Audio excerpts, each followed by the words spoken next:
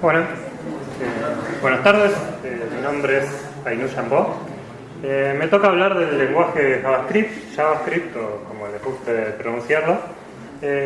Particularmente cuando me invitaron a dar una charla de JavaScript, me puse a pensar en varias de las librerías. La verdad es que ahora lo voy a comentar, pero este es un momento muy bueno para JavaScript. Hay un montón de proyectos que son realmente muy populares y de todos ellos me hubiera gustado dar una charla en particular, pero después me fui dando cuenta que en realidad habiendo tanta información para dar y tan mezclada, tan desordenada, lo mejor era, o lo que me pretendo hacer hoy acá es contar un poco, hacer una mirada retrospectiva de JavaScript en el tiempo, ir contando cómo surgió, cuál es el papel que tiene en el desarrollo de software hoy en día y cuál es el papel que fue. JavaScript es una herramienta que está muy ligada con la web, de alguna manera, que nació con la web, algo así como PHP, pero desde otro lugar, desde el cliente y con otro objetivo. Y desde ese punto de vista, así como la web fue cambiando mucho desde los 90 hasta hoy en día, JavaScript de alguna manera fue evolucionando con la web. Y la idea un poco de esta charla es irle contando de qué se trató esa evolución y cuáles son, o si hoy en día no conocen JavaScript, cuáles son las herramientas, para qué se está usando y por dónde empezar. Eso es un poco la idea. Es un poco ambicioso, conociendo el lenguaje que dominará el mundo. La idea de esto viene relacionada con cómo JavaScript está dejando de ser un lenguaje concreto del navegador web, que es como nació, y empezando a conquistar de alguna manera otras áreas del desarrollo de software, como son los servidores, las bases de datos, el mundo mobile, el mundo de las aplicaciones de escritorio.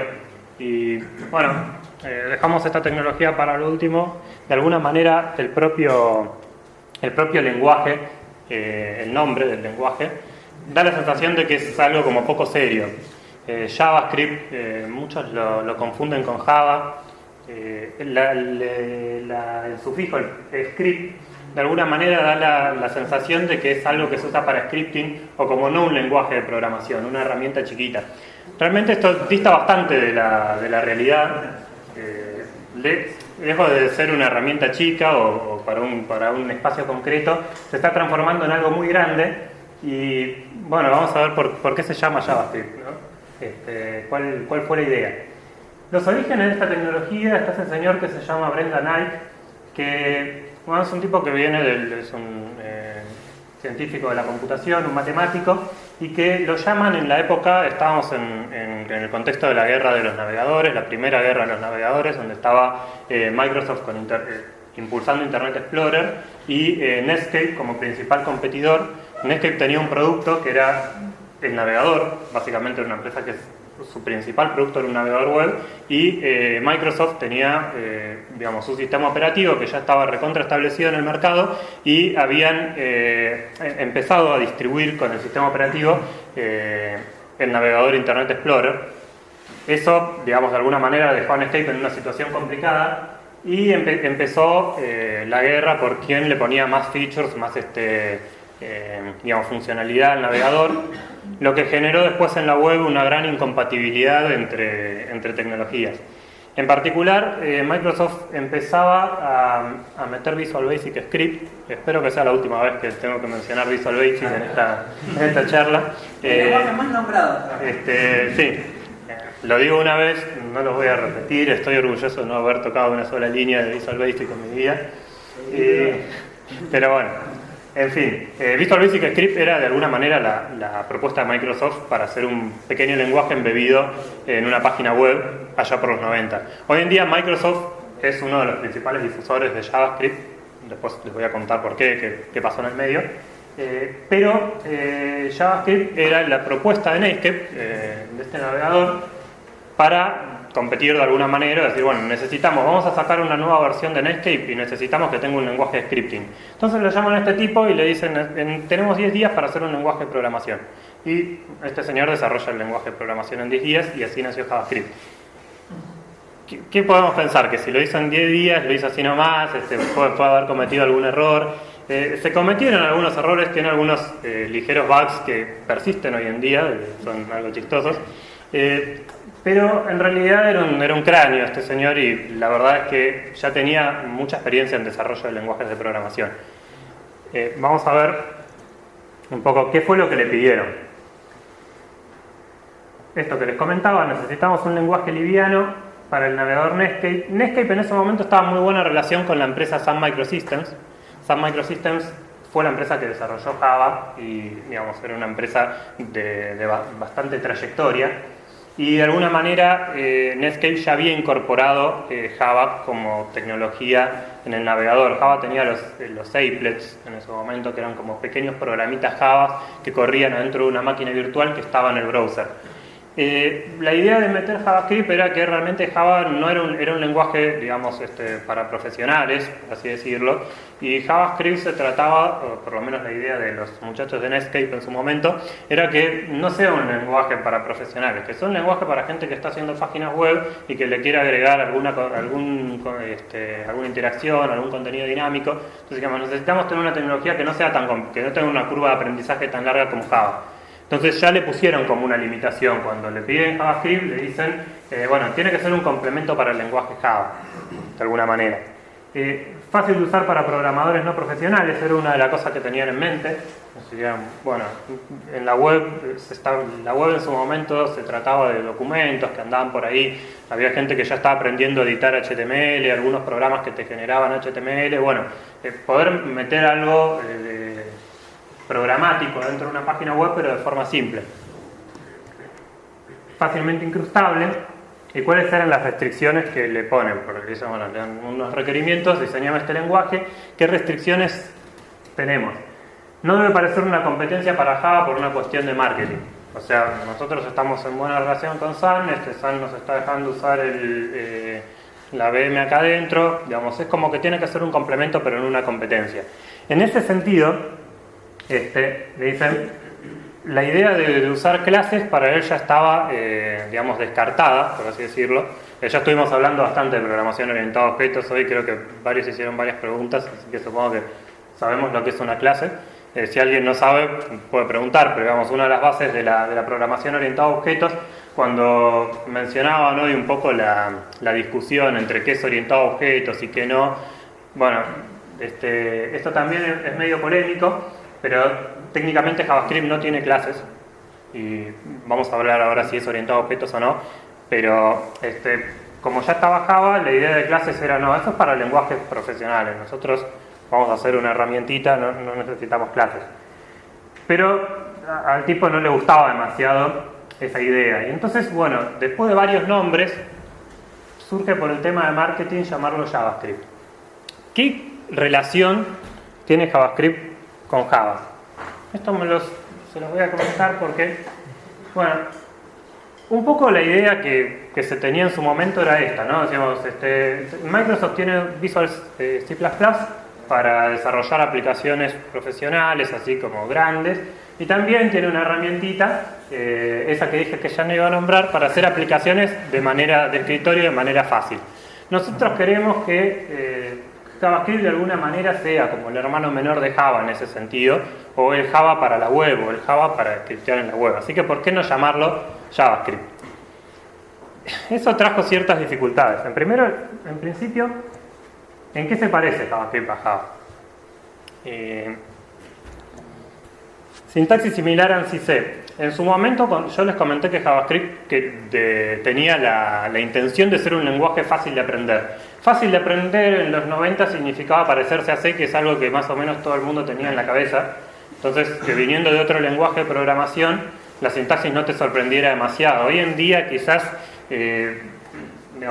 recién justo la charla de Python, da la sensación de que esa sintaxis no es la más amigable de todos, por lo menos para los programadores nuevos, que digamos, hoy en día conocemos cosas como Ruby, como Python, que tienen como una sintaxis bastante más amigable. De alguna manera, en su momento las percepciones sobre lo que es sintácticamente correcto eran otras. Yo empecé a programar con C, aprendí a programar con C, entonces como que realmente después de aprender C, pasé por Java, después por PHP y muy recientemente empecé a tomar en serio JavaScript. De alguna manera todo eso sigue la misma línea sintáctica, si se quiere. Eso le pasa a muchos programadores. Además de tener una sintaxis similar a C y ninguna de todas las complejidades que tiene C, o sea, ahí se terminaron los parecidos entre JavaScript y C en temas de sintaxis, y ahí se terminan también los parecidos entre JavaScript y Java. O sea, eso es todo. Y esto para recordarlo en entrevistas y qué sé yo he estado en muchas situaciones en las que se hablaba de Java y alguien preguntaba por JavaScript como si fuera la misma cosa, y situaciones en las que se estaba conversando acerca de JavaScript y alguien hablaba de Java. Bueno, son dos tecnologías y lenguajes que no tienen nada en común prácticamente, así que si alguien no estaba convencido hasta ahora, lo único parecido que tienen es el nombre, que se debió meramente a cuestiones de marketing. Así que, digamos, eso como para ubicarnos en qué lugar estamos parados. Ahora avancemos un poco más sobre cuáles son las características de JavaScript. También por encima, porque queremos hablar de muchas cosas y no sé si me va a dar el tiempo, pero en principio JavaScript es un lenguaje de tipado dinámico, no como Python, que tiene algunas características particulares, pero en ese sentido se parece un poco más a PHP. O sea, es débilmente tipado y a la vez es de tipado dinámico. Python era un lenguaje de tipado fuerte y de tipado dinámico. Quiere decir que nosotros le podemos cambiar a JavaScript al vuelo. Podemos definir una variable que tenga un string. Podemos llamar a esa función de typeof, que es una primitiva de JavaScript que nos devuelve el tipo de dato. No vamos a ver el tipo de dato entre comillas en realidad, y después a la misma variable asignarle un entero y no pasa nada. Está todo bien. Basado en objetos. Y acá viene la polémica de la programación orientada a objetos, si es orientado a objetos o no. En principio en JavaScript todo es un objeto. Los tipos de datos primitivos a su vez son objetos también. Y todo de alguna manera podría decirse que hereda de un objeto principal, que es el objeto object. Ahí vemos, digamos, declaraciones de una variable de tipo string y después llamando un método del objeto string, que es indexOf, y nos devuelve, le pasas como un substring y te devuelve el índice en donde empieza, o sea, en este caso en el cuarto carácter, en donde empieza la palabra script. Defino luego un entero y llamo a un método de la clase number, un array. Fíjense algo interesante ahí, yo les comentaba que JavaScript tenía algunos errores de diseño que persisten hasta hoy en día. Fíjense como cuando yo llamo a typeof de A me dice que es un string, de B me dice que es un number, y cuando hago lo mismo con el array, que es un objeto de tipo array, me dice object. Bueno, eso es un pequeño bug de la tecnología que sigue existiendo. En realidad es un object, pero además de ser un object es un array y sería esperable que te diga que eso es un array. Bueno, no lo hace porque ya sería medio complicado cambiarlo hoy en día, pasó mucho tiempo y podríamos romper algunos de los tantos hacks que se hicieron para evitar esa incompatibilidad. Por último, las funciones también son objetos. Cuando estamos declarando una función, estamos construyendo un objeto de tipo function y que tienen métodos como call, que digamos, tienen su complejidad. No quisiera entrar tanto en detalles. Y si es orientado a objetos o no, yo lo único que puedo decir, a mí no me gusta decir que JavaScript es orientado a objetos. Los puristas, dirían que se trata de un paradigma distinto, que es el paradigma de prototypes, o orientado a prototypes. En la práctica, para un desarrollador, estamos capacitados de hacer todas las mismas cosas que haríamos en la programación orientada a objetos, como tener mecanismos de herencia, tener ocultar información, encapsulamiento. Esas cosas las podemos hacer de alguna forma con JavaScript, pero las hacemos de otra manera. La forma de heredar funcionalidad en JavaScript es a través de lo que se conoce como prototype. En JavaScript no creamos clases, sino que lo que hacemos es crear objetos y clonarlos. Cuando clonamos un objeto, heredamos la funcionalidad de ese objeto, pero trabajamos con un objeto distinto. Entonces, como todos los objetos tienen una propiedad, una property que se llama prototype, a la cual se le pueden, on the fly, cargar nuevas propiedades, que son utilizables en tiempo de ejecución por todas las demás clases por todos los demás objetos que extiendan de alguna manera ese prototype. Acá tenemos, por ejemplo, un script en el que yo estoy declarando un array y después estoy alegremente llamando a una función primer elemento de ese array. Me tira un error, me dice que undefined is not a function. Eso en realidad lo que me está diciendo es que ese objeto A no tiene ninguna función que se llame primer elemento. Luego de eso, yo hago esa llamadita ahí que es para saber de qué tipo, como les dije que el type of no funcionaba bien en el caso de los arrays, acá les estoy mostrando que en efecto ese A que yo definí es un object, pero es del prototype array. Y entonces agarro el array, que es una primitiva de JavaScript que hace referencia a uno de los objetos primitivos, que a su vez son prototipos de object, y le agrego la función. Le agrego al prototype la función primer elemento. Y luego vuelvo a ejecutar la misma línea y ahora ya no da un error y devuelve A. Eso mismo vale para todos los objetos que estén en memoria en ese momento. Cuando yo modifico el prototype, cualquiera que llame después a cualquier objeto que haya sido definido como una extensión de ese prototype, hereda en tiempo de ejecución esa funcionalidad. Dije que en JavaScript no teníamos clases, pero en JavaScript las funciones son algo así como ciudadanos de primera clase y pueden hacer todo, entre otras cosas, comportarse como constructores de objetos. Esa es una clase que tiene, la funcionalidad de cuando es llamada usando el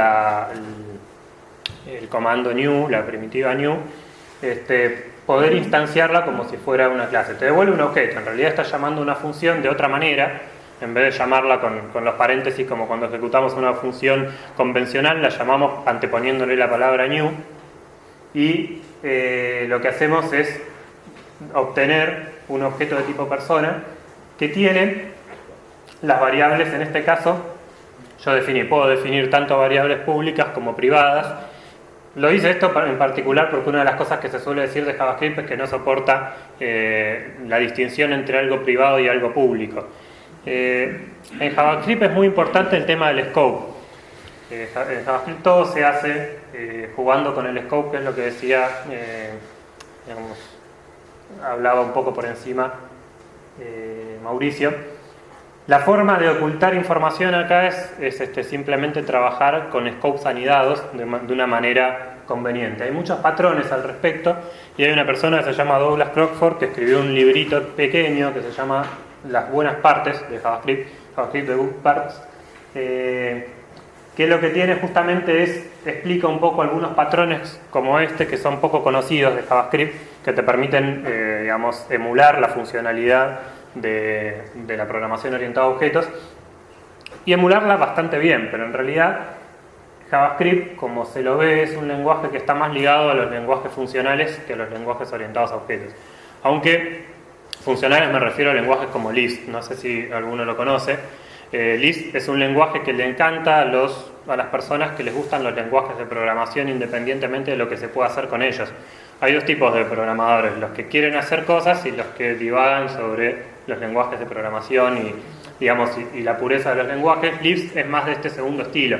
Existe software escrito en Lisp, pero no es lo más común. Sin embargo, Lisp siempre es una fuente de inspiración a la hora de diseñar un lenguaje de programación, y el programador de JavaScript, el que diseñó el core de JavaScript, era un discípulo del monstruo que escribió Lisp en su momento. Entonces, de alguna manera, otra de las cosas que tenemos en JavaScript son las funciones de orden superior, que esto ya es algo bien del estilo de la programación funcional. Una función de orden superior es una función que puede o bien recibir como parámetros funciones o bien devolver funciones como parámetros, o ambas cosas. En todos esos casos se considera una función de orden superior. Acá lo que estoy haciendo es una función que retorna otra función. Entonces, primero la llamo. Ahora hola pasa a ser una función y después ejecuto la función hola para construir un hola mundo bastante esquizofrénico, pero que un poco refleja algunas de la naturaleza menos conocida de JavaScript.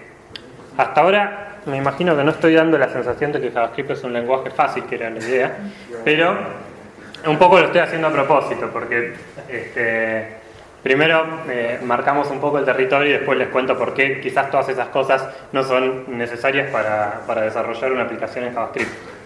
Otra de las cosas muy core de JavaScript que pocos conocen son los closures. Son fundamentales para cómo es el diseño, para entender el lenguaje. Si algún día queremos entender JavaScript en profundidad, los closures, digamos, son una funcionalidad interna con la que se implementan muchas cosas como los objetos, por ejemplo. Emular estructuras de datos como objetos a partir de closures es una práctica que se usa mucho. ¿Qué es un closure? Es algo complicado de explicar. Acá necesitaría la naranja de Homero para usar como ejemplo, sería un buen momento, pero básicamente un closure es una función que se ejecuta en un entorno, que es llamada en un entorno distinto al entorno en el cual se ejecuta. Dicho en otras palabras, podemos pensar en un closure como una función que viene con su propio ambiente de ejecución. A través de esos paréntesis raros, yo estoy definiendo un scope para la variable sumar, dentro de la cual hay una función que es autoejecutable, que se ejecuta una sola vez, y luego tenemos una definición de una variable y se retorna una función. Cuando se ejecuta eso por primera vez, digamos, sumar pasa a ser una función, que es esta función. En ese momento, esa función se ejecuta y el contador se incrementa, porque el contador que llamamos adentro de la función es visible para la función porque está en su mismo scope. Luego de llamarlo sucesivas veces, desde otro ambiente distinto, o sea, desde un scope diferente, la función sigue teniendo acceso a la variable contador, independientemente de que ese entorno ya no está en ningún lado. En algún lugar de la memoria hay un scope que tiene una variable que se llama contador y una función, y la función sigue siendo accesible. Esto no hace falta que lo entiendan ahora, lo comenté porque es una característica del lenguaje JavaScript que demuestra que se trata de un lenguaje más orientado a lo funcional, que digamos es una característica quizás poco conocida. Más allá de todo esto que les dije, JavaScript es un lenguaje fácil de aprender, en el sentido de que todas esas cosas uno puede vivir toda su vida como desarrollador JavaScript semi-senior y hasta incluso senior, podría decirse, sin haberlas usado nunca, senior en los papeles, ¿no? Pero sin haberlas usado nunca, y puede construir software profesional, podría decirse. De hecho, la mayoría de las cosas que están hechas hoy en día en JavaScript en páginas web no utilizan estas funcionalidades. Entonces se considera un lenguaje que podemos usar.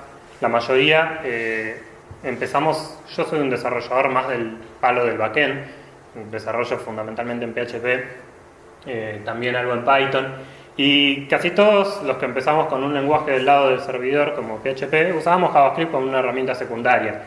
Como que bueno, cuando había que hacer algo del lado del cliente, tirábamos un par de líneas de JavaScript, como era bastante parecido, con eso era suficiente.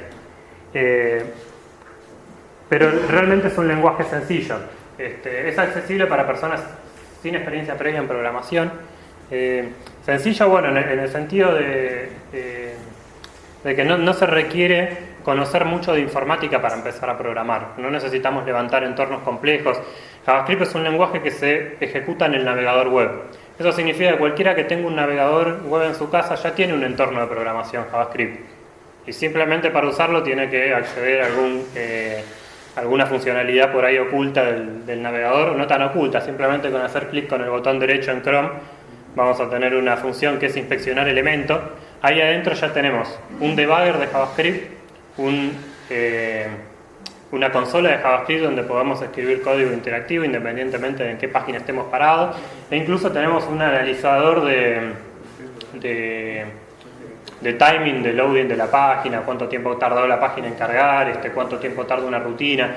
O sea, hay un montón, las herramientas de desarrollo de JavaScript están todas presentes en la mayoría de los navegadores web modernos, y eso realmente es una ventaja a la hora de querer empezar a probar JavaScript.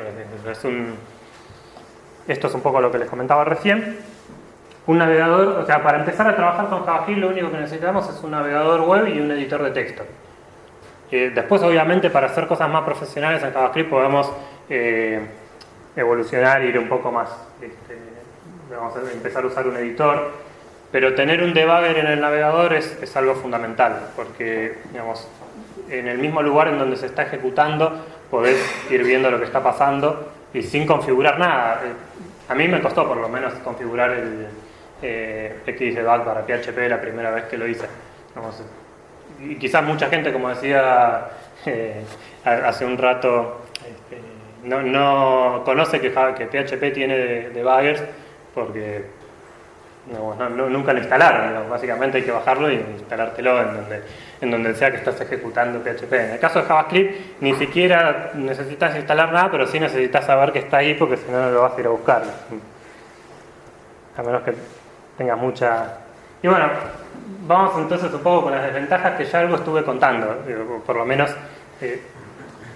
Hay dos libros muy conocidos de JavaScript, uno que se llama JavaScript simplemente y otro JavaScript The Good Parts, que da a entender que todo el resto, en proporción de páginas, serían las malas partes de JavaScript. Eso es discutible, pero de alguna manera lo que hizo Crawford en ese libro, Las buenas partes, es explicar cómo él piensa que está bueno programar en JavaScript y, digamos, es bastante opinionado, si se quiere, el libro, pero a la vez es bastante útil porque enseña varios patrones de uso que pueden, digamos, si vos lo único que querés es más o menos entenderte con JavaScript sin romper nada, lo que él te asegura es que si haces las cosas como él te dice que las hagas, va a estar todo bien. A mí mucho no me convence eso y hay otros libros donde se estudia en profundidad las otras partes de JavaScript, las partes oscuras. Yo particularmente siento que JavaScript es una tecnología que está, digamos, como creciendo muy rápido y yo en lo personal soy una persona que le gustan las cosas que no están del todo estabilizadas en cuanto a costumbres de desarrollo. Pero bueno, es algo que no tienen por qué compartir. ¿Cuáles son las cosas que yo detecto en JavaScript que me parece que, digamos, quizás son desventajas? Los aspectos avanzados del lenguaje pueden ser intrincados, como les comenté antes. Si bien ustedes pueden pasarse toda la vida usando solo las cosas sencillas, si quieren profundizar en JavaScript por varios motivos, que ahora les voy a comentar por qué, pueden encontrarse con cosas a las que no estén acostumbrados. No digo que sean cosas necesariamente complejas, pero quizás no son las cosas que uno esperaría de un lenguaje que tiene la sintaxis de C. Y acá venimos al segundo punto. JavaScript tiene una sintaxis que te hace recordar a los lenguajes procedurales y entonces, al parecerse tanto a C++ y uno por ahí tener experiencia previa con otros lenguajes, espera encontrar comportamientos que de alguna manera cuando los buscas en JavaScript te podés llevar unas cuantas sorpresas. Eso, digamos, hace que uno inicialmente piense que está trabajando con una tecnología que es inentendible. En realidad lo que pasa es que hay que ponerse a ver realmente en profundidad de qué se trata, pero puede ser el tipo de sintaxis puede ser una desventaja. ¿Por qué eligió ese tipo de sintaxis? Era un poco por lo que les comentaba antes, que en los 90 JavaScript, la sintaxis de C era visto como algo que manejaba todo el mundo y porque se quería de alguna manera parecer un poco a Java y ser como un lenguaje más amigable, semejante a los lenguajes ya conocidos. Si a él lo hubieran dejado, hubiera usado una sintaxis bastante parecida a la de Lisp, que es bastante engorrosa para los que la conocen, un infierno de paréntesis que se abren y se cierran por todos lados. Pero en JavaScript básicamente podés hacer lo mismo que haces en Lisp con paréntesis definiendo funciones, una dentro de la otra, hasta el infinito. Y esto que les comentaba antes, que me pasó a mí también, de que suele ser visto como una herramienta secundaria por la mayoría de los programadores, es una desventaja a la hora de, digamos, de querer tomártelo un poco más en serio. Eso es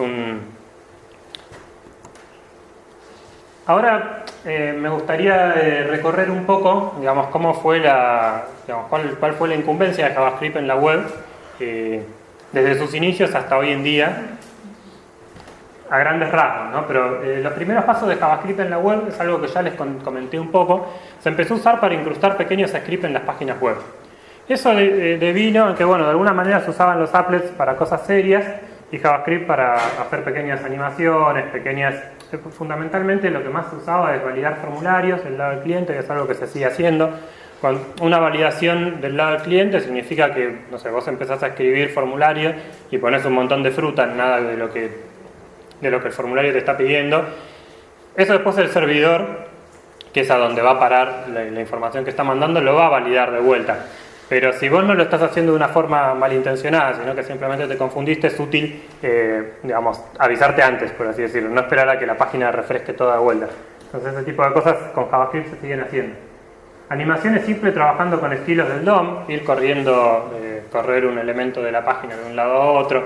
En los 90 y cuando empezó a usarse JavaScript se abusaba mucho de estas cosas. No sé si recuerdan la página de Homero en su primer proyecto web.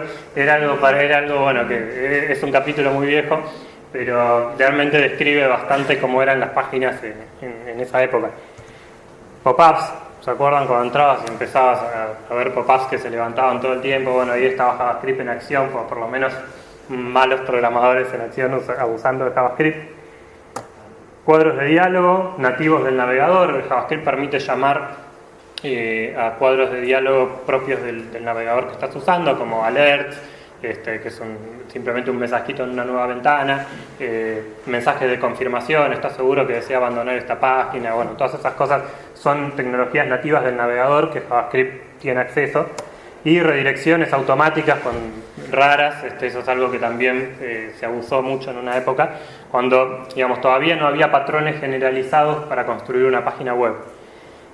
Esta realidad, se fue acomodando un poco cuando surgió lo que es la web 2.0 y se empezó a darle mayor relevancia al usuario y a las cosas que el usuario podía hacer en una página. Cuando aparece la web 2.0, Internet deja de ser un conjunto de documentos subidos a servidores y linkeados entre ellos, y pasa a ser una plataforma de desarrollo de aplicaciones.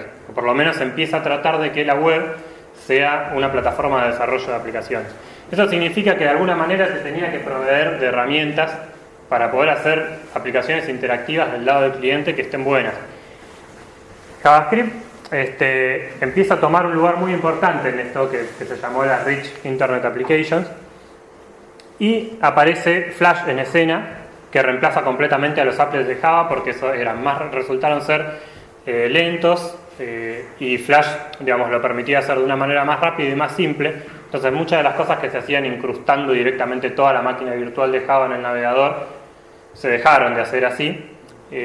Java en la web pasó a ser un lenguaje del lado del servidor, y Flash ocupó el lugar en las cosas que todavía no se podían hacer con JavaScript. Una cosa importante que le pasó a JavaScript en esta época y que realmente permitió empezar a hacer aplicaciones web con interfaces similares a las de escritorio, que era un poco la idea, es Ajax. ¿Alguno sabe lo que es Ajax? ¿Me suena? Bueno, no estamos hablando de un desinfectante, ni tampoco del equipo de Holanda. Ajax es una tecnología que permite que, en el primer gráfico que mostraron en la presentación de PHP, se veía cómo era el diálogo entre el cliente y el servidor en una página web. La tecnología Ajax permite que el diálogo sea un poco diferente, quizás más parecido a que en vez de esperar a que la persona te conteste, porque la persona se podía tomar un tiempo en contestar, le dejas tu petición y mientras tanto seguís haciendo otra cosa. De alguna manera lo que permite Ajax es hacer peticiones asincrónicas con el servidor. La página no se recarga en ningún momento, JavaScript es el único que actúa, y se hace una petición de datos al servidor. Cuando el servidor se dignó a contestarte, dejaste una rutina lista para que trabaje con los datos, y en lo que se usaba en concreto, en principio, era para refrescar distintos sectores de la página web sin recargar toda la página. Por ejemplo, si teníamos un listado, el usuario hizo una búsqueda particular, en vez de recargarle toda la página, solo le recargamos el listado con la información nueva y mantenemos en memoria sus filtros para después poder realizar nuevas búsquedas. Todo eso, lo que se empezó a hacer es en vez de esperar recibir HTML listo desde el servidor, esperar que el servidor te devuelva datos en crudo y operar con esos datos para actualizar distintos sectores de la página. Nosotros ya tenemos todo nuestro documento cargado y por medio de JavaScript vamos a buscar simplemente datos, no sé, una lista de productos, nos traemos la lista de productos sin el HTML y construimos el HTML en el momento desde JavaScript. Eso hace que la sensación del usuario en la página sea mucho más atractiva y fue lo que permitió que el desarrollo de aplicaciones web se transformara en algo un poco más serio. La X de JSON, JSON, bueno, lo decía ahí, no lo dije, que es JavaScript y XML asincrónico, sería la traducción. XML no se usa prácticamente para nada en las tecnologías Ajax, digamos, quedó porque en el momento en el que salió, ahí tenemos la diferencia entre un formato JSON y un formato XML, que son los dos formatos más comunes para transferir datos entre servidor y cliente. XML era lo más usual hasta hace, digamos, unos 10 años. Hoy en día, por lo menos para lo que es datos entre el navegador y el servidor, y ahora vamos a ver que se está usando para muchas más cosas, conviene usar la sintaxis de JSON porque además de ser más simple, JSON quiere decir JavaScript Object Notation.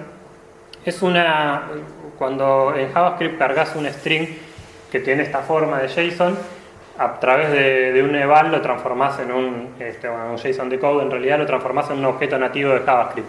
Entonces para JavaScript es muy fácil trabajar con JSON porque básicamente nació como una forma de representar en forma de string objetos JavaScript. Entonces ya tenemos una estructura nativa de JavaScript. De esa manera, si el cliente le habla JavaScript en JSON, le está hablando de su idioma materno, podría decirse. Entonces es bastante más fácil de parsear, más rápido de parsear. Por ese motivo fue desplazando a XML como tecnología de transferencia de datos. Otra de las cosas que surgió en este momento, en el que JavaScript fue bastante representativo, es en lo que son los servicios web REST. En los servicios web REST pasa a ser un servicio web, a diferencia de una página web, es una aplicación que se ejecuta en un servidor web y que está pensada no para ser accesible por usuarios, sino para ser accesible por otros sistemas. Pero para todo lo demás se comporta exactamente igual que una página web, o sea, habla el mismo idioma, se comunica por HTTP, los datos se pasan en JSON. Entonces lo que nos permite es separar nuestra aplicación web en dos partes completamente aisladas. Una es el servidor, que puede hablar con cualquier cliente, podría ser una aplicación móvil, una aplicación web, una aplicación de escritorio, y lo único que espera es recibir un mensaje en JSON con una petición y te va a contestar en JSON. Y por otro lado tenemos una aplicación frontend, que puede ser una aplicación web o cualquier otra cosa, que mediante una serie de verbos HTTP, que eran los mismos que usaba la página, pero nosotros no lo sabíamos porque lo hacía el navegador, hablarle a ese servicio y pedirle cosas o mandarle información. ¿Cuál era el problema de Ajax? Que para variar había una implementación medianamente estándar y como 4 implementaciones de Microsoft diferentes para los distintos navegadores. Entonces, instanciar un objeto para hablar con el servidor de esta manera que yo les estoy contando implicaba hacer esta serie de horribles try catch, que es lo que se sigue usando hoy en día. Es la verdad, bueno, la web cuando la empezás a mirar en detalle tiene este tipo de cosas. Entonces hacer esto todo el tiempo realmente no estaba muy bueno, era algo que uno quisiera evitar. En este punto es donde se empezó a notar que JavaScript tenía algunas falencias y fue bastante interesante que surgieron un montón de librerías de JavaScript para hacer que el trabajo diario con JavaScript sea mucho más llevadero. Así nació jQuery, que podría hablar de varias, MooTools que salieron en esta época, Scriptaculous, pero jQuery realmente es como un resumen de todas esas y una mejora. Así que para aprender una librería de JavaScript, muchos usan jQuery y no conocen JavaScript, ni siquiera, o sea, no saben usar JavaScript si no es a través de jQuery. Eso es una realidad que, implica qué importancia tuvo jQuery en su momento cuando salió. Esto es algo que hoy ya está cambiando. Eviten casarse con una sola librería de JavaScript porque hoy ya hay demasiadas. Así que ese es un buen momento para aprender JavaScript de verdad. ¿Qué es lo que nos da jQuery? Bueno, para los programadores lo mejor es que tenés una API para Ajax que ya te resuelve todo el problema de cross-browsing sola, y una interfaz más amigable para comunicarte asincrónicamente con el servidor. Pero por otra parte tenés formas más sencillas de trabajar con el DOM. El DOM es la representación que tiene JavaScript de una página HTML. A través de esa representación abstracta, JavaScript puede acceder a cualquier elemento de una página web, obtener el contenido y modificarlo dinámicamente, pero lo hace de una forma rudimentaria. jQuery te permite hacerlo de una manera mucho más potente. Eventos, manejar de manera más sencilla todas las cosas que hace el usuario. Si hace clic en un botón, contestar con eventos a eventos del lado del usuario, y tanto así como cosas que pasan en la página podemos controlarlas desde JavaScript, y jQuery lo hace un poco más amigable. Después tenemos todo lo que es animaciones. Muchas de las cosas que se podían hacer con Flash hoy en día se pueden hacer con JavaScript y se suelen hacer con JavaScript. jQuery tiene una librería bastante copada para hacer eso. Gracias a jQuery, JavaScript gana popularidad entre maquetadores y diseñadores, lo que generó que JavaScript pareciera una tecnología todavía mucho más seria de lo que antes, mucho menos seria de lo que antes se la consideraba. Pasamos a cargar con el peso de que era una herramienta para diseñadores. Cosas que pasan. No era el objetivo de los que hicieron jQuery, pero en realidad el hecho de que se haya usado JavaScript y se haya logrado una herramienta como jQuery implica que el lenguaje es realmente muy versátil y muy potente. Incluso jQuery como que modifica un poco la filosofía del lenguaje. No la filosofía en cuanto a la forma de construcción, pero sí a la manera de trabajar con JavaScript desde la sintaxis, y eso te demuestra que JavaScript es muy versátil. O sea, podés incluso modificar varios de los comportamientos por default y hacer librerías que son bastante potentes, como esta. Otra de las cosas que pasó en esta época era la idea de querer llevar el escritorio a la web, de alguna manera. Todas las cosas que teníamos en la web, llevarlas al escritorio, poder hacer aplicaciones tan potentes como las que se hacían en el escritorio. En ese contexto aparecieron dos librerías bastante conocidas. Una es Yui y la otra es Extension.js o XTJS. Estas librerías, justamente usando las tecnologías Ajax, lograron hacer interfaces que tengan funcionalidades semejantes a las de escritorio, pero lo hacían con una filosofía parecida a lo que te permitía trabajar de alguna manera de forma semejante a cuando vos desarrollás interfaces de escritorio, como con GTK o con, como que los que lo hicieron en su momento tenían eso en mente. Incluso en Google solían programar en Java, en lenguaje Java, y a través de un compilador transformar la aplicación en JavaScript. Es una herramienta que se llama Google Web Toolkit, GWT, que todavía tengo entendido que se usa. Hasta ese punto era, en su momento, como que las tecnologías del lado del escritorio todavía tenían más confiabilidad que las de la web, y se trataba de emular el comportamiento. Extension JavaScript permitía hacer cosas como estas. Incluso mostrarte esto es una página web que tiene como una visual parecida a la de... una visual semejante a la que tiene Windows, y tenían incluso un blog de notas, aplicaciones, ventanas, todo eso desarrollado con JavaScript. Demostraron de alguna forma que se podía hacer interfaces de escritorio tan ricas, interfaces web tan ricas como las del escritorio. En ese sentido, dos de las primeras aplicaciones Ajax que hicieron uso extensivo de estas nuevas tecnologías fueron Gmail y Google Maps, que fueron, como ganando popularidad con el tiempo y demostrando que se podía hacer todo esto en la web. Esto no fue gratis de alguna manera. Uno de los problemas que empezaron a surgir es que se empezó a notar que JavaScript había sido pensado para algo distinto a lo que se estaba usando, como que lo empezamos a tratar de usar con más seriedad y para hacer aplicaciones exhaustivas, y nos encontramos con que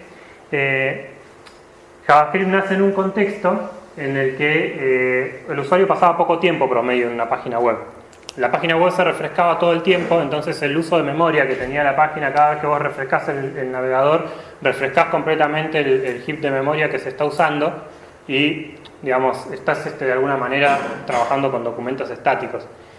Cuando empezaron a hacer el auge de las aplicaciones Ajax, empezás a tener una sola aplicación que se comunicaba exhaustivamente con el servidor, y JavaScript, una aplicación, empezó a tener como una aplicación Ajax que implicaba que el usuario no se moviera de la página, y eso hacía que el intérprete tenga que trabajar en serio y, digamos, mantener en el tiempo. Ahí saltó que la mayoría de los intérpretes que existían de JavaScript eran bastante pobres y tenían bastantes problemas en el manejo de memoria, memory leaks, y con el tiempo la página iba siendo cada vez más lenta. Ahí, digamos, de alguna manera es como que se sintió que JavaScript, digamos, no estaba a la altura de las cosas que estábamos tratando de hacer. En ese contexto, digamos, necesitábamos un nuevo motor de JavaScript y un nuevo motor que esté a la altura de la nueva web, que era algo diferente a la web de los 90, digamos, una web que empezaba a tratarse de ser más un servidor universal de aplicaciones que un servidor de páginas web. En ese contexto aparece Chrome, y al mismo tiempo que Google presenta Chrome, presenta un nuevo intérprete de JavaScript de código libre que se llama V8. Digamos, V8 fue como, de alguna manera, la forma de demostrar de Google que se podía hacer todo esto y se podía hacer mejor. Realmente la performance de JavaScript creció un montón, y a partir del momento en el que Google saca V8, JavaScript empieza a ser una tecnología que puede estar a la altura de ser un lenguaje de programación más allá del contexto del navegador. Este fue un momento clave en la historia de JavaScript, porque a partir de entonces teníamos un verdadero intérprete que le otorgaba cierta confiabilidad a la tecnología. Eso, digamos, así como el intérprete de Python o de Ruby, V8, digamos, era un intérprete que tenía como esas características, que realmente tenía performance suficiente para hacer cosas serias con JavaScript. Esto lo resume un poco más.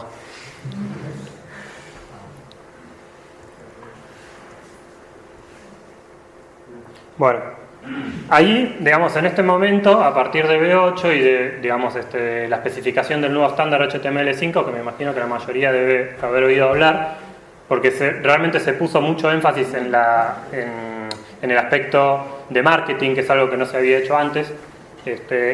Lo que pasó en este momento es que JavaScript empieza a ser un reemplazo para Flash y se transforma como el único, en la única tecnología, termina de conquistar el navegador, por así decirlo. Todo lo que se hacía con Flash en un momento se fue dejando de usar y se empezó a hacer con JavaScript, no siempre, digamos, obteniendo los mismos resultados de performance. Al principio realmente había, para ser sinceros, había cosas que con Flash funcionaban mejor, pero con el tiempo y con la nueva guerra de los navegadores, que es distinta a la anterior, en esta nueva guerra es como que todos se tratan de esforzar por ser el que mejor. O sea, el estándar de HTML5 era tan ambicioso que le llevó bastante tiempo a los navegadores poder tener toda esa funcionalidad. Y la nueva guerra de los navegadores fue más bien decir, tenemos que ponernos a la altura del estándar e ir implementando cada vez más cosas. Entre esas cosas teníamos una nueva API para manejo nativo de audio y video desde el navegador, gráficos 3D con WebGL, WebWorkers, que es algo parecido a los threads en Python, por ejemplo, que te permite lanzar tareas en segundo plano y comunicarte con una interfaz bastante sencilla desde JavaScript. WebSockets, que dieron lugar a una nueva forma de comunicación entre el servidor y el cliente, una comunicación real-time.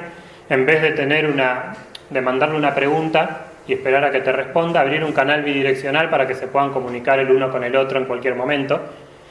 Eso lo que permite es, por ejemplo, implementar un servidor de chat usando solo tecnologías del navegador. El servidor de Facebook, por ejemplo, el chat de Facebook fue una de las primeras tecnologías que hacía uso extensivo de WebSockets, siempre y cuando lo estuviera disponible, y si no hacía una chanchada con Ajax y digamos cualquier otra. Una de las cosas de las que no estoy hablando mucho es del cross-browsing, pero a medida que iban apareciendo todas estas nuevas APIs de HTML5, había navegadores en los que funcionaban, navegadores en los que no, y eso a los programadores web nos dio muchos dolores de cabeza. Otra tecnología es la que apareció con HTML5, es la geolocalización. El navegador tenía acceso a información geográfica de dónde estaba el usuario, de dónde estabas accediendo. Eso, bueno, te permitió implementar en un navegador web tecnologías semejantes a las del GPS con Google Maps. y bases de datos locales, que digamos, IndexedDB y Local Storage son dos alternativas distintas para almacenar información en el propio navegador, que antes la única forma que teníamos era usar una cookie, que no sé si las tienen de nombre al menos. Las cookies te permitían guardar un pequeño string en el navegador para que la próxima vez que entres a la página, el navegador en las peticiones le mande esas cookies al servidor y el servidor puede guardar algún tipo de estado. Con IndexedDB eso se va, se extiende mucho más. Incluso podrías hacer toda una aplicación que funcionara offline sin que el usuario tenga que estar conectado a internet. Entonces, de alguna manera, estas dos bases de datos del navegador de HTML5 abrieron el camino a que se puedan implementar aplicaciones offline usando tecnologías web. Ahora no tengo internet acá, así que esto no va a funcionar, pero bueno, era un video de un juego desarrollado en WebGL. Aparecieron muchos frameworks para hacer juegos en WebGL, que es una tecnología basada en OpenGL, que es como la versión abierta, es un engine de gráficos, una API, mejor dicho, de comunicación directa con la placa de video para poder hacer procesamiento de gráficos en 2D y en 3D, semejante a DirectX de Windows. Así, WebGL apunta a que tengas eso mismo en el navegador. A partir de todo esto, creo que me estoy extendiendo un poco con el tiempo, pero ya no sé cómo darlo. Bien, bueno, no estoy tan mal en eso. ¿Hasta acá quieren hacer alguna pregunta? Porque yo hablo mucho, estoy tratando de no irme demasiado por las ramas y me quedan más o menos, antes de quedarme afónico, unos 20 minutos, supongo que termino la charla. Si quieren hacer alguna pregunta hasta ahora de lo que vimos hasta acá. ¿Ninguna? Bueno, sigo entonces. Una de las cosas que empezaron a pasar a medida que JavaScript fue como ganando terreno en el desarrollo de aplicaciones web y que cada vez teníamos más código de JavaScript en nuestras aplicaciones, empezó a saltar a la vista que mientras que en el servidor ya habíamos aprendido a organizar el código, como comentaron en las otras charlas con frameworks MVC y con un montón de cosas, en JavaScript teníamos todo desordenado, en a lo sumo un par de 3 o 4 scripts, archivos .js, y eso era todo, un archivo enorme con que estaba todo en el onReady de jQuery, 200, 300 líneas, y eso era toda nuestra aplicación. Bueno, empezó a ser bastante visible que eso no iba más, y empezaron a aparecer frameworks de arquitectura semejantes a los que hay en el servidor, como Symfony, Django, que estuvieron presentando, algo parecido para PHP, salvando las distancias de ambientes, pero como les contaba, una aplicación del lado del cliente se empezó a transformar en algo más parecido a esto, que es un patrón que se conoce como Single Page Application, que implica que tu aplicación web es una sola página, el usuario no sigue ningún link, y todas las interacciones que hace el usuario lo que generan es una petición de datos al servidor y un redibujado de distintos sectores de la página, todos hechos con JavaScript del lado del cliente. Eso hace que la arquitectura de una página web se transforme en algo más parecido a esto. Y ahora me gustaría hacer una aclaración también. Yo estoy hablando como si esto fuese la nueva ley, por así decirlo, y en realidad no es tan así. Todavía sigue habiendo aplicaciones que se comportan de la otra manera. Esto es un patrón que se usa para desarrollar aplicaciones propiamente dichas. Cuando vos querés hacer un blog, por ejemplo, una página web que tiene que estar correctamente indexada en los navegadores, algo como Wikipedia, donde lo importante sea que el usuario va a ir ahí para leer información, esto no es un patrón conveniente, no es lo más cómodo.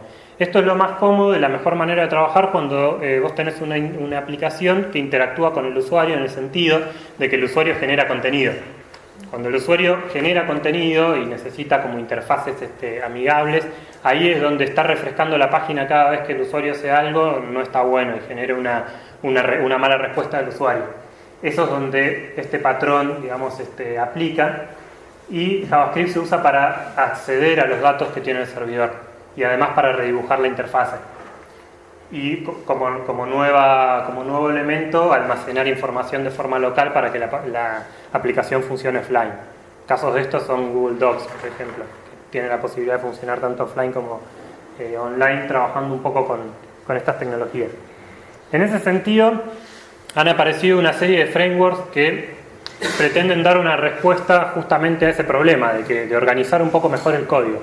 Habrán oído hablar de AngularJS, que digamos, es una herramienta bastante, digamos, es la herramienta del año, por así decirlo, o del año pasado, pero está teniendo mucha popularidad.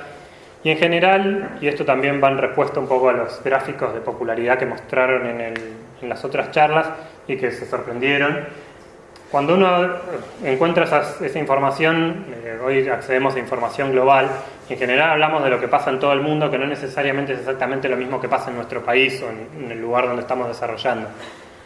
Lo que tiene es que los desarrolladores web, o cualquier desarrollador, tranquilamente está capacitado para trabajar para empresas de afuera, o tener, entonces, digamos, la realidad de lo que esté pasando en el resto del mundo es interesante para un programador web. Antes la información nos llegaba con 2 años de retraso. Ahora no tenemos verdaderas desventajas respecto a programadores de Estados Unidos o de Europa.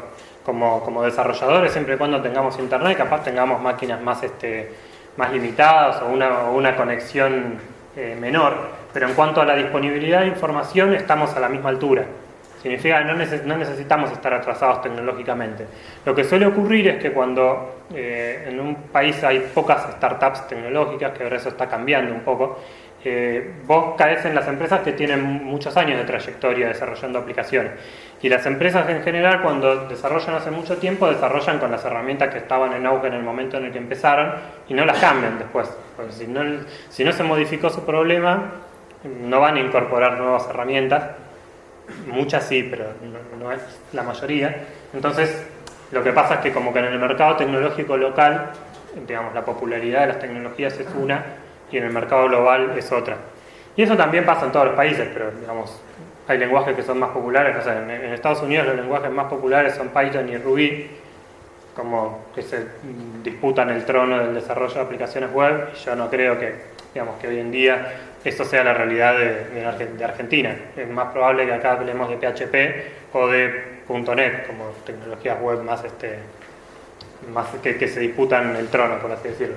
Pero bueno, conocer lo que pasa afuera es interesante porque en algún momento va a terminar pasando acá también. No es que estamos aislados del mundo necesariamente. Estas librerías son librerías que tienen un mismo propósito, que es ordenar el código JavaScript. Son muy importantes, digamos, le otorgan bastante profesionalismo al desarrollo del lado del cliente y además facilidad. O sea, son librerías de muy alto nivel, que una de las cosas que solucionan es, yo les contaba que a través de Ajax ustedes van al servidor, se traen los datos, después agarran esos datos y redibujan la página web.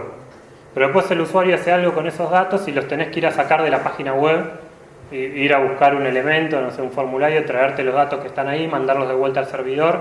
Estas herramientas tienden a automatizarte todo eso y que vos trabajes con los objetos de JavaScript y que cuando una variable de JavaScript se modifique, automáticamente se actualice la página sin que vos lo tengas que ir a hacer a mano. Ese patrón se llama data binding y estas librerías, además de organizar el código, apuntan a eso, a tener un MVC, un Model View Controller separado del lado del cliente. La que está despuntando más hoy en día es AngularJS, otras alternativas son Ember, y Backbone.js fue una de las primeras que apareció y es de un poco más bajo nivel, o sea, tenés que pegar más código a mano. AngularJS es la que más automatiza cosas. Por último, bueno, a partir de este momento ya empezamos yo les conté que había a partir del nacimiento de V8 como motor de ejecución de JavaScript, pasaron dos cosas. Primero, que los otros motores que no estaban tan buenos se pusieron a trabajar para que ir a competirle a V8 en performance. Entonces el motor de Gecko de Firefox, digamos, se creció un montón. Digamos que hay un montón, se generó una competencia en cuanto a quién podía hacer correr JavaScript más rápido.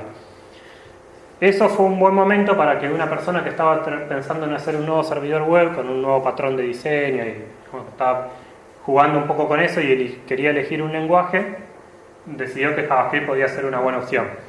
Node.js, no sé si escucharon hablar de eso, es una herramienta que te permite trabajar con JavaScript del lado del servidor, en el sentido de que podrías reemplazar lo que antes hacías con PHP, con Ruby o con Python y hacerlo con JavaScript. Eso tiene muchas ventajas. Digamos, la principal sería que estás trabajando con una sola tecnología, tanto en el cliente como en el servidor. Entonces la reutilización del código, no sé, tenías una librería para validar strings en JavaScript, la usás tanto en el servidor como en el cliente. No necesitas tener una en JavaScript y una, o las clásicas preguntas que aparecen en los foros de cómo hago esto que hacía con PHP, cómo lo hago en JavaScript, cómo se hace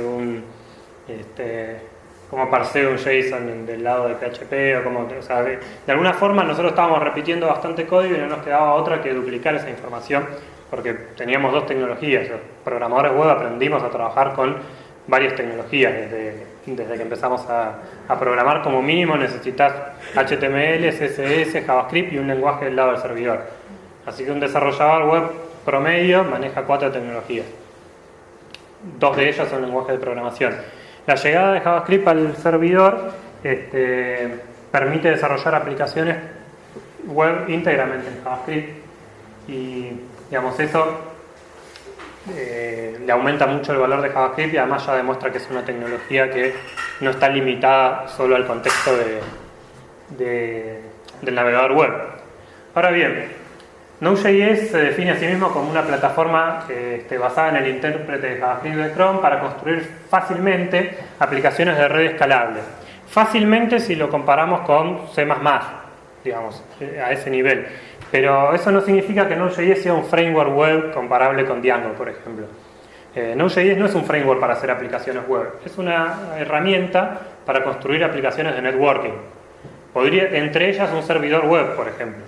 O sea, una aplicación web reemplaza la combinación, una aplicación web hecha en Node.js reemplazaría la combinación, por ejemplo, de PHP y Apache. O sea, ocupa también el lugar del servidor, no solo del lenguaje de programación. ¿Para qué, digamos, se usa? ¿Cuál es la mayor...? No, antes de eso le voy a contar un poco mejor cómo está hecho. Perdón, me adelanté. Les decía que estaba basada en el intérprete V8. Y lo que hizo esta persona, que se llama Ryan Doll o algo así, fue agregarle a V8 lo que no tenía. ¿Qué era lo que le faltaba a V8? Le faltaba comunicación con el file system, que era lo que en su momento JavaScript no hacía, porque la única entrada y salida de JavaScript es la página web. JavaScript no accede. Hoy en día, a través de la API HTML5 hay algunas formas de acceder al file system, pero en su momento JavaScript no tenía acceso al file system, ni tampoco a bases de datos, ni a red directamente. Entonces, lo que hizo esta persona fue agregarle al motor de V8 un montón de librerías desarrolladas, o una serie, no tantas, desarrolladas en C++ y en C principalmente, para librerías de criptografía, OpenSSL, DNS, librerías para trabajar a bajo nivel con protocolos web como TCP, UDP, y digamos, agregó todo eso desarrollado en C++, se lo agregó al motor de V8 y desarrolló una herramienta que te permitía hacer aplicaciones de red íntegramente en JavaScript. Esto, por ejemplo, es un cachito de código JavaScript que lo que hace es levantar un servidor, básicamente. Vamos que carga un módulo que se llama HTTP, llama una función createServer. Fíjense que estoy levantando con 4 o 5 líneas de código un servidor web. Es realmente una herramienta muy potente que, bueno, requeriría, si lo quiero explicar en detalle, toda una charla dedicada solo a eso, pero básicamente se basa en un patrón de diseño que es conocido como Non-Blocking I/O, que lo que hace es que cada vez que vos accedes a una base de datos o a un archivo o al file system o lo que sea, estás de alguna manera trabajando de forma sincrónica. Ustedes, cuando acceden desde PHP, por ejemplo, una base de datos o desde Python, ese bloque de código se considera un bloque bloqueante. Lo que hace es esperar hasta que, porque son lenguajes procedurales, por más que sean orientados a objetos o lo que sea, se van ejecutando de forma secuencial. Secuenciales era la palabra que buscaba. Y cuando llegan a la petición HTTP o la petición a la base de datos o a cualquier operación de entrada y salida, tienen que esperar a que o les conteste el disco, o les conteste la base, o les conteste el servidor web. Eso, digamos, representa el mayor lag en las aplicaciones, la mayor pérdida de tiempo en las aplicaciones web. O sea, cada vez que vos intentás acceder al disco o estás bloqueando el código. La respuesta natural a esto es lanzar muchos threads, entonces tener como que un servidor web trabaje con muchos hilos por cada petición. No voy a entrar en detalles al respecto, pero la forma de hacerlo en Node.js es una forma alternativa que lo que hace es, como tuvo la posibilidad de desarrollar desde cero todas las librerías de entrada y salida, las hizo usando sockets a nivel de C no bloqueantes, que lo que hacen es no quedarse esperando, sino trabajar con el concepto de callback.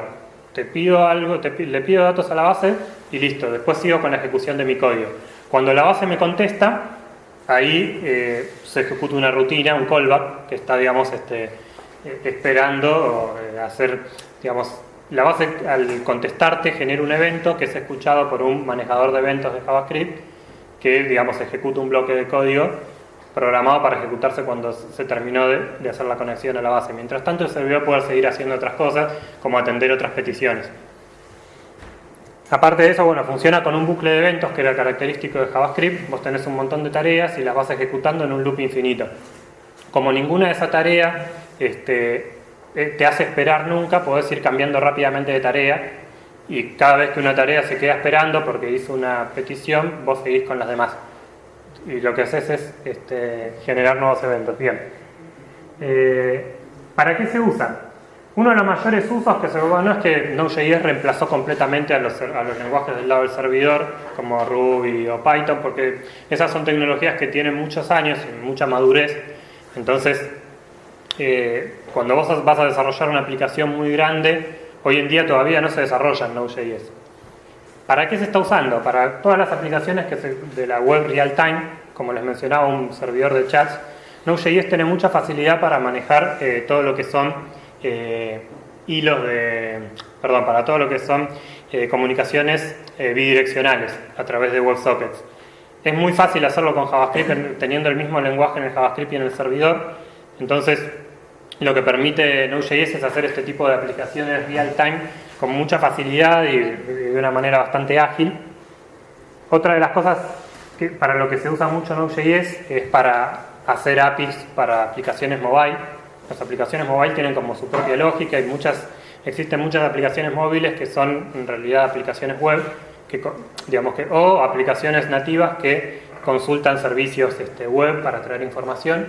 Eso en general implica que vos desde el servidor no tenés la aplicación, lo único que tenés es que servirle datos, porque las aplicaciones móviles, a diferencia del navegador, tienen su propia interfaz gráfica, que era lo que veía. Entonces, Node.js está pensado para, digamos, bancarse muchos requests simultáneos por la arquitectura que tiene. Entonces se suele usar mucho para hacer APIs para aplicaciones móviles. Aplicaciones web de alta concurrencia, lo mismo. O sea, la arquitectura de Node.js está pensada para soportar aplicaciones web de alto tráfico y de mucha interacción con el usuario. Y otro de los usos es cuando vos querés hacer una aplicación en JavaScript end-to-end, que se llama, o sea, tener la misma, por el simple hecho de tener la misma tecnología en el cliente y en el servidor, ya es un estímulo suficiente para que, digamos, intentes hacer una aplicación completamente en JavaScript. Al respecto, bueno, voy a ir apurando un poco. Hablando de las aplicaciones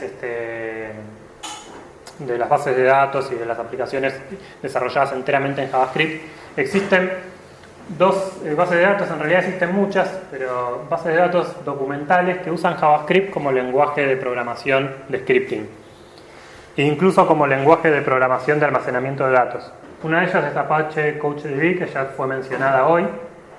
Es una base de datos que se define a sí misma como una base que usa JSON para almacenar documentos y JavaScript y funciones MapReduce para acceder a los datos. Entonces, CouchDB estaría usando JavaScript como reemplazo de SQL directamente.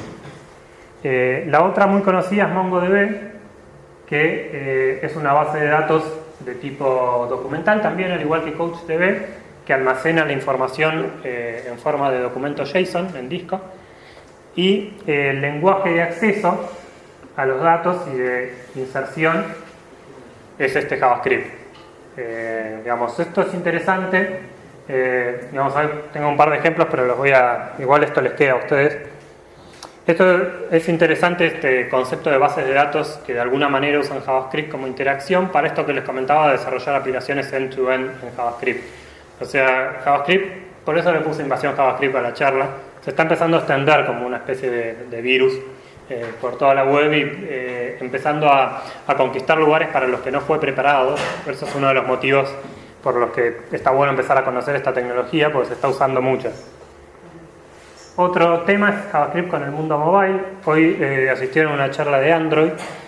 Android, digamos, es la plataforma web más difundida, la plataforma mobile más difundida hoy en día, por lo menos en Argentina. En el resto del mundo compite con iOS, pero digamos, para lo que es nuestro país y Latinoamérica concretamente es bastante superior. Sin embargo, muchas veces existen clientes que quieren desarrollar una aplicación mobile que se ejecuten en todos los dispositivos, en la mayor cantidad de dispositivos posible. Una de las alternativas que existen es desarrollar una aplicación como si fuera una aplicación web y a través de compiladores como PhoneGap generar paquetes distribuibles para todas las aplicaciones móviles conocidas. Esto, bueno, presenta ventajas y desventajas. La ventaja es que se mantiene un solo código fuente, que estás trabajando en JavaScript con todo, digamos, lo que eso significa. Las interfaces son más flexibles, eso es uno de los principales motivos, en realidad, que es más fácil hacer interfaces con JavaScript. Y los costos que implican contratar programadores JavaScript o usar el mismo equipo que tenés para desarrollo web para desarrollar aplicaciones móviles. Nada de todo esto es gratis y se pierde mucho en lo que es performance. Es completamente inapropiado para desarrollar aplicaciones de uso intensivo de CPU y desaprovechás las ventajas de cada plataforma. Cada plataforma tiene sus ventajas particulares que las perdés tratando de unificarlas todas. Pues básicamente lo que tenés con PhoneGap es una cáscara web, un navegador oculto con una página web corriendo adentro. No es mucho más que eso. Y tenés mucho menor control sobre los dispositivos de hardware. Al respecto, y esto lo menciono muy por encima porque ya me quedé sin tiempo, existen hoy en día dos tecnologías que están emergiendo, que son dos sistemas operativos nuevos para móviles que tratan de competir con iPhone y con Android. Esos son Firefox OS y Tizen, los cuales tienen una arquitectura parecida. Ambos, esto sería Tizen, ambos están basados en un kernel de Linux. Y por encima del kernel de Linux tienen toda una interfaz, una interfaz que en el caso de JavaScript de Firefox OS es Gecko, un intérprete de JavaScript, y por arriba de eso aplicaciones web. Digamos, el caso de Tizen es algo parecido, tenés una aplicación, un web API, que es el core, y por abajo todos los components que corren directamente sobre un kernel de Linux. De alguna manera están tratando de desarrollar aplicaciones nativas en HTML y JavaScript ya soportadas por la plataforma. Todavía es algo que está muy verde, con lo que es cuota de mercado, no tiene nada que ver con la cuota de mercado que tienen Android o iPhone. Pero bueno, son tecnologías nuevas y me pareció interesante destacar que se eligió JavaScript como plataforma para desarrollo, justamente por la popularidad que está ganando. Y por último, lo último que voy a mencionar hoy, porque ya me están por echar seguramente, es la posibilidad de desarrollar aplicaciones de escritorio en JavaScript. Esas aplicaciones que vemos ahí, que algunas las conocerán, espero, otras tal vez no, están todas desarrolladas con tecnologías web y usando como motor. Antes les comenté que una de las tendencias en el mercado era tratar de llevar la potencia del escritorio a la web. Ahora estamos pasando por el proceso inverso. Las interfaces web resultaron ser mucho más fáciles de desarrollar y crecieron mucho. Y hoy en día están dejando atrás a las interfaces de escritorio. Entonces, cuando queremos desarrollar una aplicación de escritorio, al revés de lo que pasaba antes, queremos poder hacerlo con todo lo que veníamos, con todas las mismas que ves tener un slide de imágenes o interfaces parecidas a las que tenías en la web. Entonces se empezaron a hacer este tipo de alternativas y sobre todo desde el punto de vista económico aprovechar el know-how que tiene, como el desarrollo web creció mucho en todo este tiempo, aprovechar digamos, el know-how de la empresa de desarrollo web para hacer aplicaciones de desktop, de aplicaciones de escritorio. Las tecnologías que permiten esto, principalmente, o las que están basadas, todas las aplicaciones que les mostré antes, todas están basadas en un framework de Chromium, que es el proyecto de código libre en el cual se basa el navegador Chrome, que te permite como distribuir tu propio Chrome sin la interfaz del navegador, solamente para usarlo como interfaz de aplicaciones. Como que cada aplicación tuya en realidad es su propio navegador, es como una ventana de un navegador web, pero el usuario no se entera. Es una aplicación distribuible. La única desventaja que tiene esto es que la documentación de Chromium de este framework es bastante escasa y que es complejo de compilar y de distribuir para los que no sean especialistas en C o C++ como yo, que estudié con C y no lo volví a usar nunca más, básicamente. Como alternativa a eso aparece esta herramienta, que es una herramienta que integra, digamos, Chromium con Node.js, y entonces te permite a vos distribuir una aplicación web desarrollada íntegramente con tecnologías web como Node.js y todas las posibilidades de interfaces que te da Chromium. Unifica, digamos, las dos cosas en uno y permite distribuirlo para distintas aplicaciones, para distintas plataformas. O sea, a partir de una aplicación desarrollada íntegramente en JavaScript y con tecnologías web, bajándote el código que está en GitHub de Node WebKit, podés crear una nueva aplicación ejecutable y ese ejecutable distribuirlo para Linux, Windows y Macintosh, y les puedo asegurar que funciona porque estoy trabajando justamente con eso en este momento.